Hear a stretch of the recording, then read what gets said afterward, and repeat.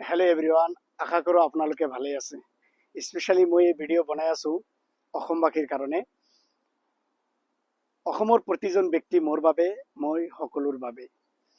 অসম আমাৰ ৰূপহী গুণৰণাই শেষ, ভাৰতৰ পূৰ্ব দেশৰ সূৰ্য উঠা দেশ। বিশেষকৈ মই যিহেতু অসমত বিভিন্ন স্থানত মই পঢ়া শুনা কৰিছোঁ, আৰু মোৰ গাঁও দীপেন বৰুৱাৰ গান এটা আছে যে এইখনি গাঁও নিচেই আপোন, ইয়াতে দেখোন নতুন সপোন। সঁচা কথা, গাঁওবাসীক পাহৰিব নোৱাৰি। মই যিহেতু গাঁৱত ডাঙৰ দীঘল হৈছোঁ, সেইকাৰণে মই এই খুশীৰ আনন্দৰ সময়ত মই এই ভিডিঅ'ৰ জৰিয়তে মই য'ত য'ত থাকিছোঁ মোৰ গাঁওবাসীক সকলোকে মই ধন্যবাদ দিব বিচাৰিম। আমি বহুত বেলেগৰ ঘৰত কামখিনি কৰি কিনি মই ল'ৰাটো ডাঙৰ বনাইছোঁ ৰাইজৰ আশীৰ্বাদত আৰু মোৰো আশীৰ্বাদত। মই লণ্ডনত গৈছে, চাকৰি হৈছে, মই বহুত খুচি হৈছোঁ। সেইকাৰণে ৰাইজে যে আশীৰ্বাদ কৰে, ময়ো তাক আশীৰ্বাদ কৰি যেন দীৰ্ঘজীৱী হয়, সেইদিন বাকী থাকব পাৰে। আপুনি বহুত ঠাইত কাম কৰি লেখা পঢ়া কৰিছে, বহুত কষ্ট কৰিছে।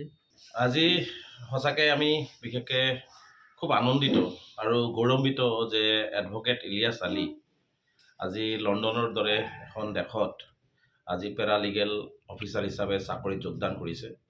আৰু এই ক্ষেত্ৰত মই এডভকেট ইলিয়াছ আলীক আন্তৰিকভাৱে সদৌ অসম সংখ্যালঘু ছাত্ৰ ইউনিয়নৰ ফালৰ পৰা শুভেচ্ছা জনাইছোঁ। আৰু ইলিয়াছ আলীয়ে আচলতে আমাৰ কাৰণে সকলোৰ কাৰণে আচলতে আদৰ্শ হৈ উঠক। আৰু মই ভাবোঁ যে অসমৰ সকলো বিশেষকৈ সংখ্যালঘু সম্প্ৰদায়ৰ মানুহৰ মাজত শিক্ষাৰ ক্ষেত্ৰত অতি পিছপৰা, আৰু এই পিছপৰা জাতিটোৱে, পিছপৰা সংখ্যালঘু ছাত্ৰ ছাত্ৰীখিনিয়ে ইলিয়াছ আনচাৰীৰ দৰে আদৰ্শ হৈ যাতে প্ৰতিজন ছাত্ৰই ভালকৈ শিক্ষা গ্ৰহণ কৰি যাতে লণ্ডনলৈকে আদি কৰি কানাডা, ৰাছিয়া, জাপান সকলোতে যায় তেওঁলোকে নিজৰ লগতে অঞ্চল বা দেশখনৰ নাম উজ্বলাব পাৰে।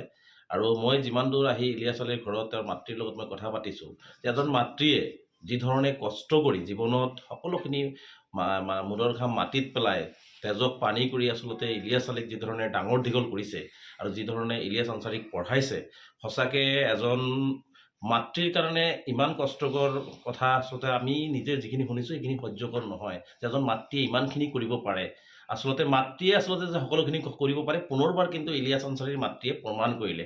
কাৰণ সৰুৰ পৰা ১.৫ বছৰ বয়সৰ পৰা মাতৃয়ে তেওঁক লালন পালন কৰিছে। তাৰপিছত তেওঁৰ ভাতৃ আছিল, ৮ বছৰ বয়সত তেওঁ হেৰাই গৈছিল।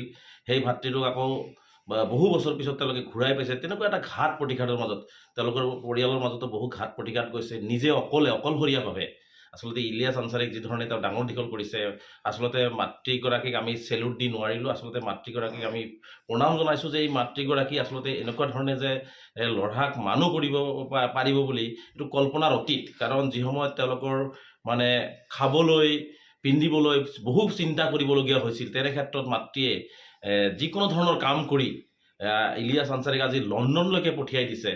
সঁচাকৈ যদি এই কথাখিনি যদি প্ৰতিজন মানুহে যেতিয়া শুনিব, সকলোৰে হৃদয় কঁপি উঠিব, বুকু কঁপি উঠিব।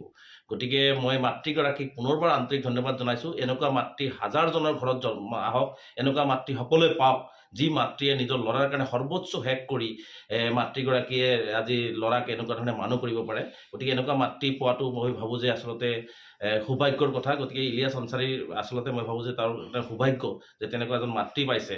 গতিকে ইলিয়াছ আনচাৰীৰ মাতৃৰ যিখিনি কষ্ট জীৱনত কৰিছে, এই কষ্টখিনি হয়তো আমি তেওঁক কৰি দিব নোৱাৰিম, কিন্তু আমি তেখেতক আন্তৰিকভাৱে ধন্যবাদ, কৃতজ্ঞতা আৰু শুভেচ্ছা জনাইছোঁ যে আৰু আমাক সকলোকে এই মাতৃগৰাকী দোৱা কৰক, আৰু এই মাতৃগৰাকী আদৰ্শ হওক প্ৰতিজন মাতৃৰ কাৰণে, যে ল'ৰা বা ছোৱালীক মানুহ কেনেকৈ এজন মাকে অকলশৰীয়াভাৱে কৰিব পাৰে, এটা উদাহৰণ হিচাপে লৈ পেলাই যদি আমাৰ সমাজৰ প্ৰতিজন মাতৃয়ে যদি কষ্ট কৰে, তেনেহ'লে নিশ্চিতভাৱে প্ৰতিগৰাকী মাতৃয়ে কিন্তু এজনকৈ ইলিয়াছ আনচাৰীৰ জন্ম দিব পাৰিব, আৰু ইলিয়াছ আনচাৰীৰ দৰে মানুহক আমি লণ্ডন বা ৰাছিয়া, কানাডালৈকে পঠাব পাৰিম। গতিকে মাতৃগৰাকীক মই পুনৰবাৰ আন্তৰিকভাৱে ধন্যবাদ জনাইছোঁ।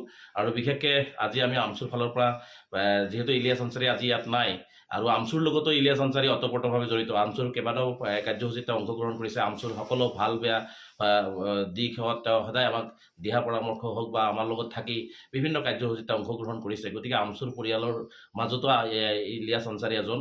গতিকে তেখেতৰ লগত মই টেলিফোনত কথাও পাতিলোঁ। তেখেতে আহি আমচুৰ কেইবাটাও কাৰ্যসূচীত অংশগ্ৰহণ কৰিম বুলিও কৈছে, যে ৰাইজক শিক্ষাৰ ক্ষেত্ৰত বা বিদেশলৈ যাবলৈ কি ধৰণৰ সুবিধা বা কি ধৰণে গ'লে আমি পঢ়া শুনা কৰিব পাৰে, সকলো কথাখিনি তেওঁ ৰাইজৰ মাজত আমচুৰ প্লেটফৰ্মত গৈ কৰিব বুলি ইতিমধ্যে মোক জনাইছে। গতিকে মই ইলিয়াছ আনচাৰীক পুনৰবাৰ শুভেচ্ছা জনাইছোঁ, আৰু আশা কৰিম যে ইলিয়াছ আনচাৰীয়ে ছাত্ৰীয়ে আৰু অধিক আগবাঢ়ি যাওক আৰু তেওঁলোকে আদৰ্শ কৰি লৈ সংখ্যালঘু ছাত্ৰ সমাজে আগবাঢ়ি গৈ সংখ্যালঘু সমাজখনক আগুৱাই লৈ যাওক, অসমখন তথা ভাৰতখনক আগুৱাই লৈ যাওক। যিকোনো খবৰৰ বাবে যোগাযোগ কৰক 7099017330 লগতে 7099017110 নম্বৰত।